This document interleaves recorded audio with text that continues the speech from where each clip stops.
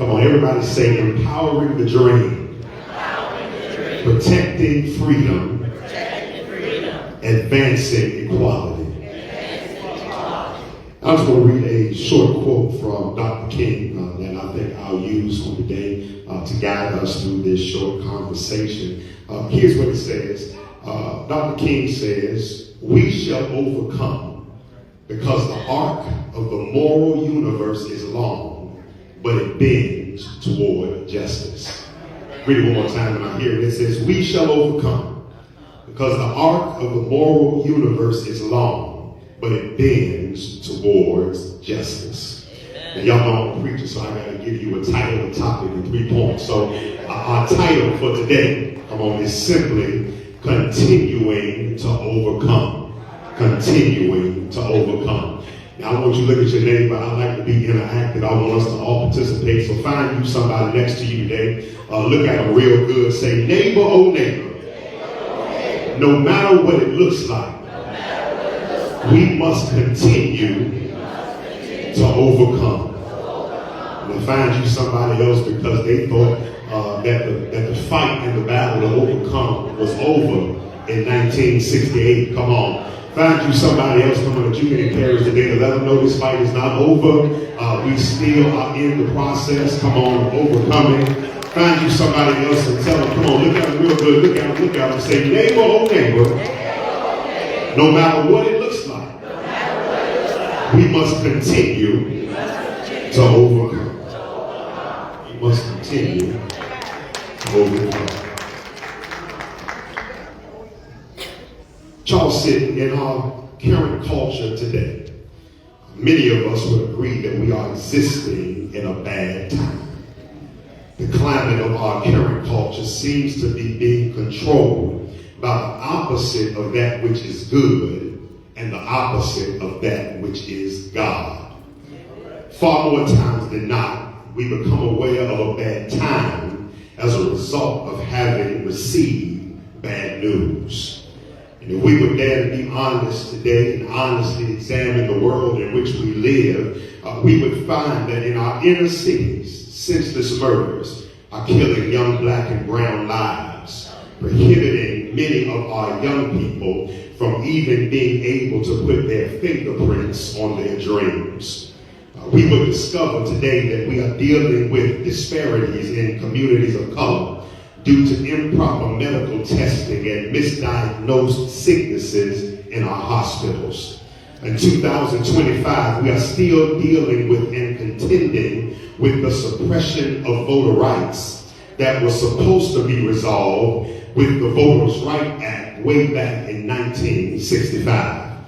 We are presently, y'all, witnessing in our current context brown brothers and sisters living in fear of their families being separated and mistreated as a result of discriminatory mass deportation.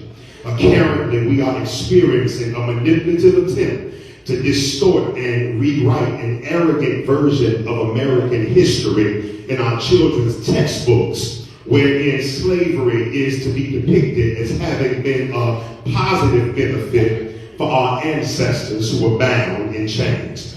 In this culture, y'all, right before our very eyes, we are seeing the dismantling of the Board of Education and an attack on DEI and the elimination of affirmative action. We are observing women being overlooked and mistreated as they are seen as less than the excellence that God has created them to be.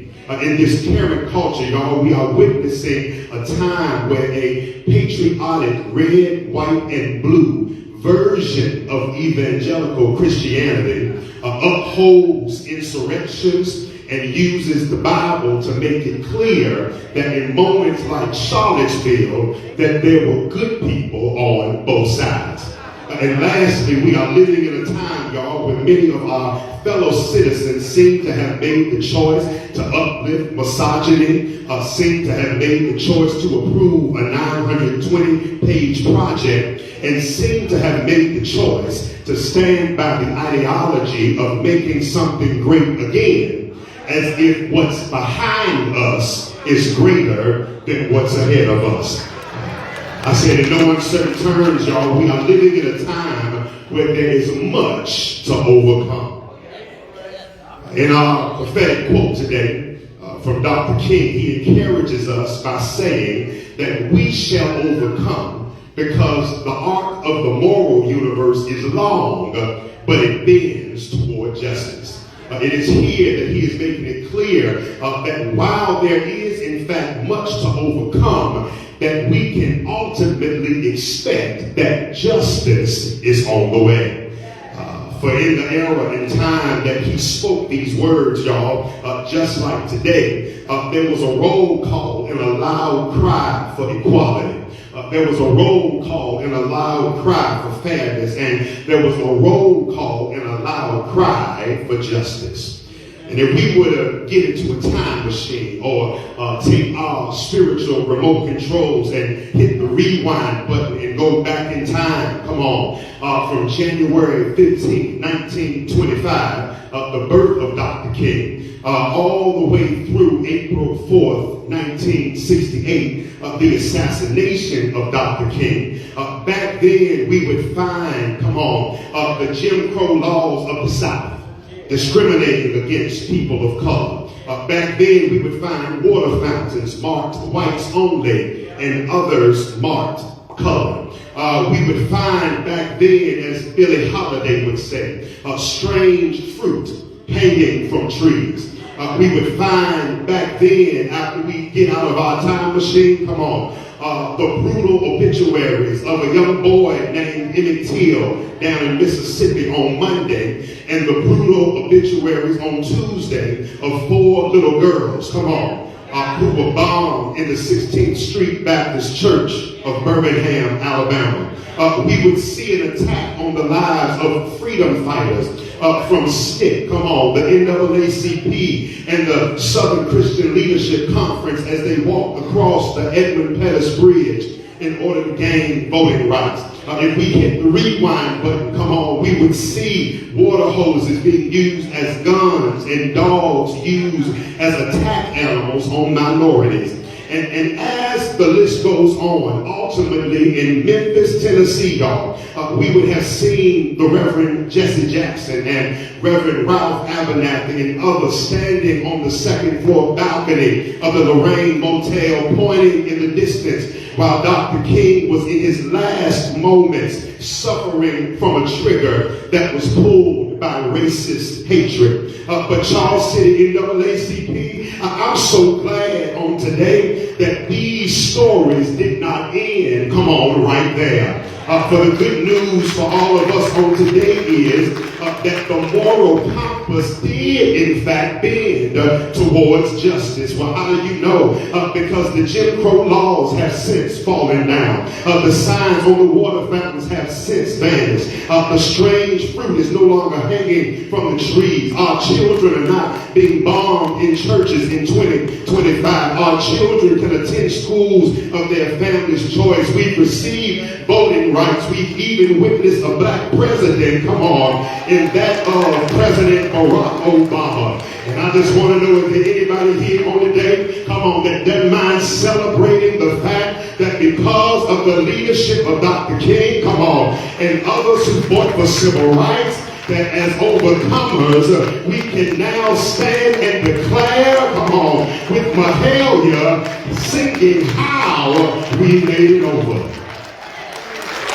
Said we can stand down and declare, come on, and say how we made it over. And since the good fight that Dr. King was fighting, come on, is not over, the relevant question for us on today is simply this: how can we continue to overcome? First thing, according to your theme, that we must do to continue to overcome, y'all, is that we must continue to empower the dream. Come on.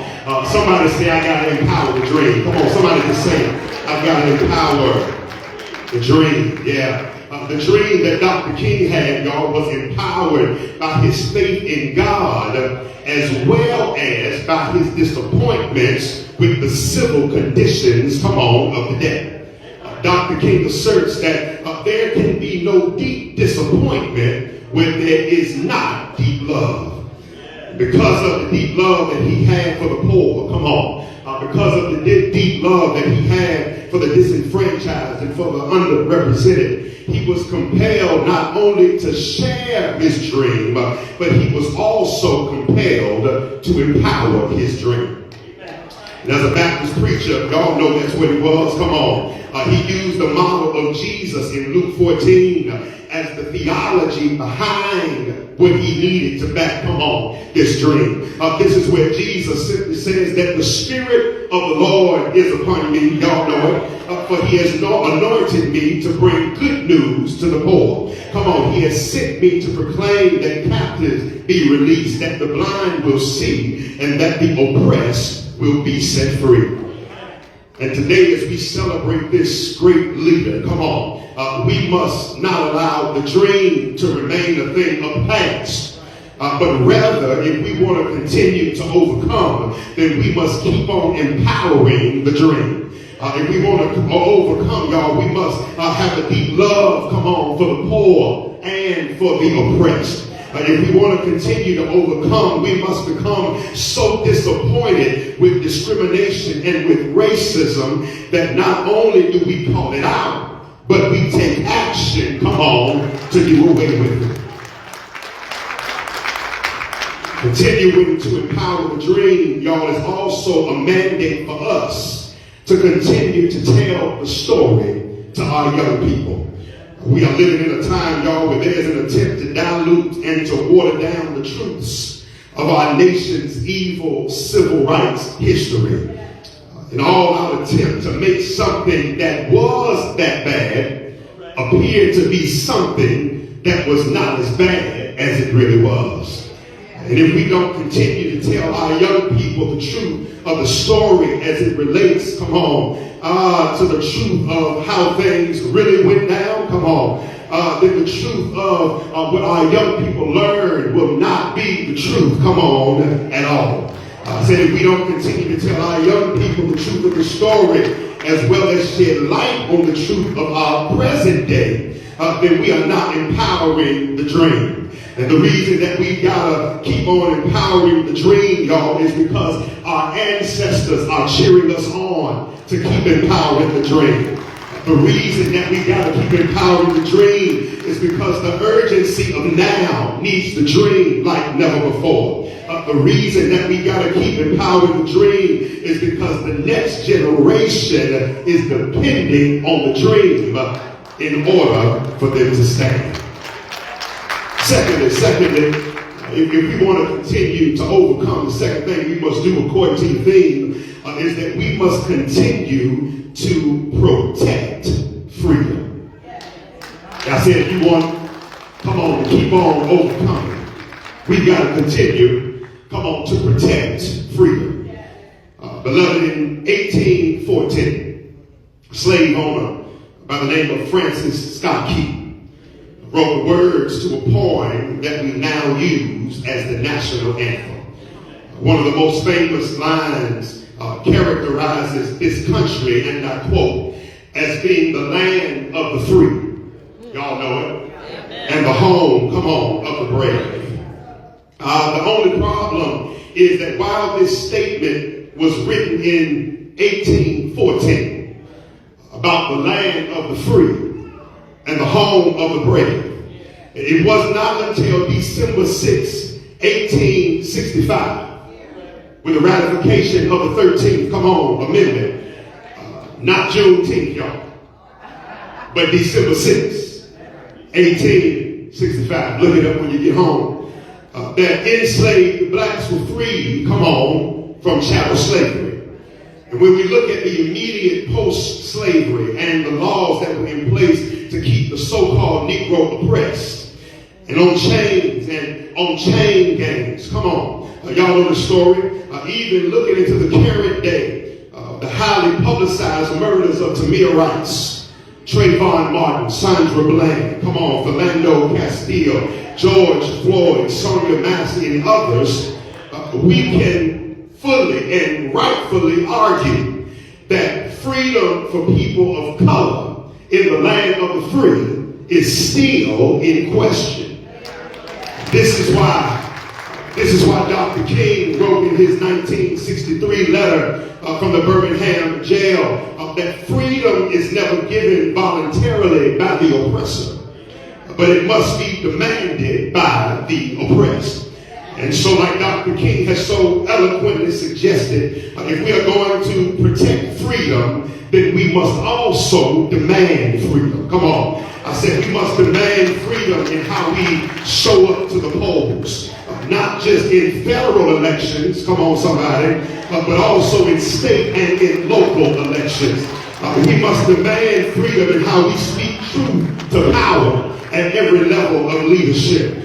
We must demand freedom, come on, because freedom depends on that demand. And if we protect freedom by demanding freedom, then we can let freedom reign, come on, from every village and every hamlet. We can let freedom reign from every state and every city.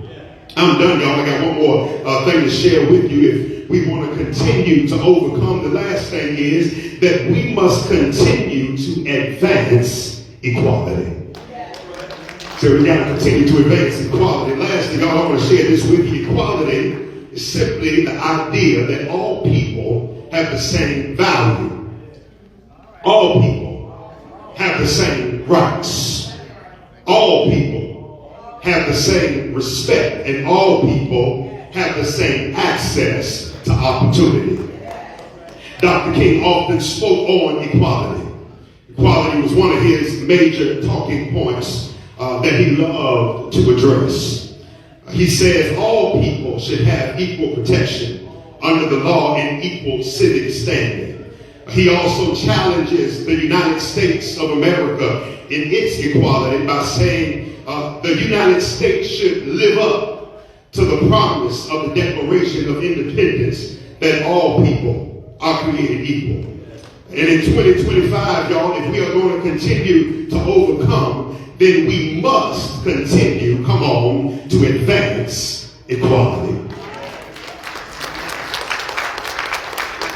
But while we are making the push, somebody just push your hand forward like that. While we are making the push, come on, to advance equality, Reverend, the sad commentary on the day is that not everybody is invested in this push.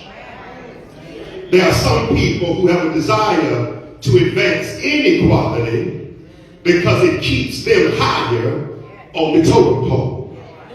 This is why there is an extreme effort to do away with DEI practices, diversity, equity, and inclusion, because everybody does not want equality.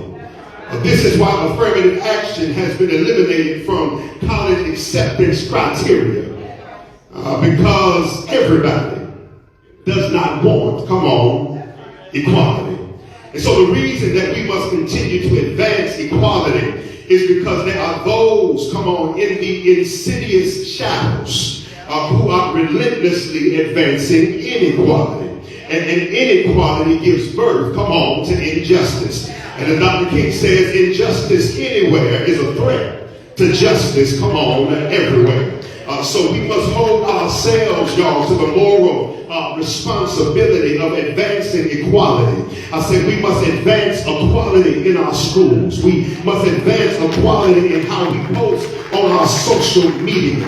We must advance equality in the workplace. We must advance equality in our churches. We must advance equality in our neighborhoods. Come on. I said, is there anybody here who's been compelled by God to advance, come on, equality? And if you're going to empower the dream, come on, I'm done. If you're going to continue to protect freedom, if we're going to continue to advance equality so that we can continue, come on, to overcome, then we must walk on in the days ahead, come on, with an audacious faith in the future. And as the Reverend Dr. Martin Luther King Jr. Said in his final address, come on, before his 1968 assassination, the same stance holds true for us here today in into 2025. I said, we've got some difficult days ahead, but it really doesn't matter to me now because, see, I've been to the mountaintop.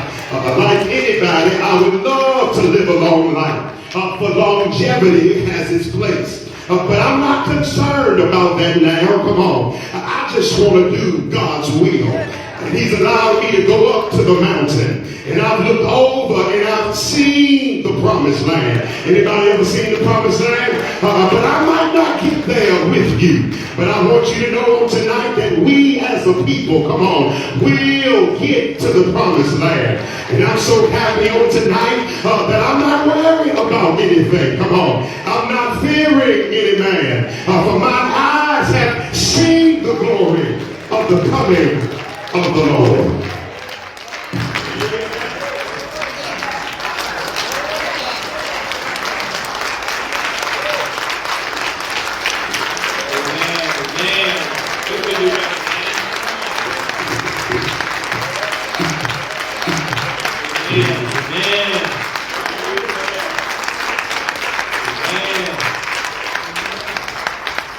Thank you, Pastor Bowles, for placing into words a reason for the occasion. Amen. One thing that we cherish is clarity of thought. Amen. Understanding the problem so that we'll know what direction to go in to do something about it. Amen. Action words. Amen. Thank you again, Reverend Bowles. Amen.